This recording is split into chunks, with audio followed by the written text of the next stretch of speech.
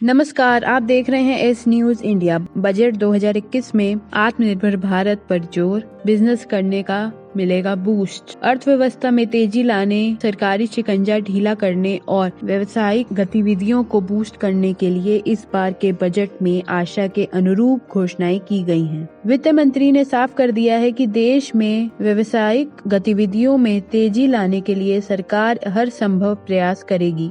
दरअसल global level पर व्यावसायिक ताकत बनने के लिए आर्थिक गतिविधियों को बहुत व्यापक करना जरूरी होता है। व्यावसायिक गतिविधियां बढ़ाने पर दिया जा रहा जोर। चीन ने सरकारी नियमों को ढीला करके ही अपनी धमक बनाई है। सरकारी कंट्रोल कम से कम रखकर व्यावसायिक गतिविधियां बढ़ाई जा सकती हैं। मोदी सरकार अपने पहले कार्यकाल से ही इस दिशा में काम करती आ रही है, लेकिन अब उसे और तेज करने की जरूरत है, जिसका संकेत इस बजट में मिल गया है। मोदी सरकार के आत्मनिर्भर भारत के विजन को पूरा करने के लिए ईज ऑफ डूइंग बिजनेस को ज्यादा से ज्यादा इजी करना जरूरी है। सरकार चाहती है कि युवा सिर्फ नौकरी के भरोसे न रहकर स्वरोजगार के क्षेत्र में आगे बढ़े और भारत को ग्लोबल बिजनेस सुपर पावर बनाने में योगदान करे। देश में कंपनियों का रजिस्ट्रेशन अब होगा आसान। वित्त मंत्री की एक घोषणा है कि देश में कंपनियों का रजिस्ट्रेशन अब और आसान किया जाएगा। छोटी कंपनी की परिभाषा बदली जाएगी ताकि छोटे स्तर पर कारोबार करने वालों को कंपनी रजिस्ट्रेशन में सहूलियत मिल सके। अभी तक रजिस्ट्रार ऑफ कंपनी के पास छोटी कंपनी की कैटेगरी में बदलाव करके इसको और व्यापक किया जाएगा। वित्त मंत्री ने घोषणा की है कि सरकार लघु कंपनियों की परिभाषा में संशोधन करेगी। बजट में वित्त मंत्री ने कहा, एकल कंपनी को दिया जाएगा बढ़ावा।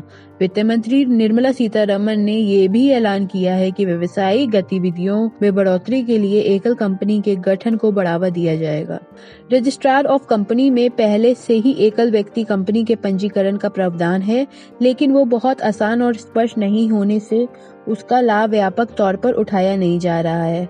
अब एकल व्यक्ति कंपनी रजिस्ट्रेशन के लिए प्रोसेस को और सरल किया जाएगा। भारत में MSME सेक्टर बहुत व्यापक है। मैन्युफैक्चरिंग क्षेत्र में यही सेक्टर देश को चीन से टक्कर देने में सक्षम बना सकता है। वित्त मंत्री ने इस क्षेत्र में 15,500 करोड़ देने की बात की है। सरकारी बैंक का निजीकरण होगा। वित्त मंत्री ने इसके अतिरिक्त विनिवेश पर काफी जोर दिया है। उन्होंने कहा है कि बीमा क्षेत्र में 74% FDI को मंजूरी दी जाएगी। भारतीय जीवन बीमा निगम में विनिवेश की बात बहुत दिन से हो रही है। अब वित्त मंत्री ने कहा है कि LIC का IPO जल्द लाया जाएगा। सार्वजनिक क्षेत्र में के उपक्रमों में राजनीतिक विनिवेश होगा।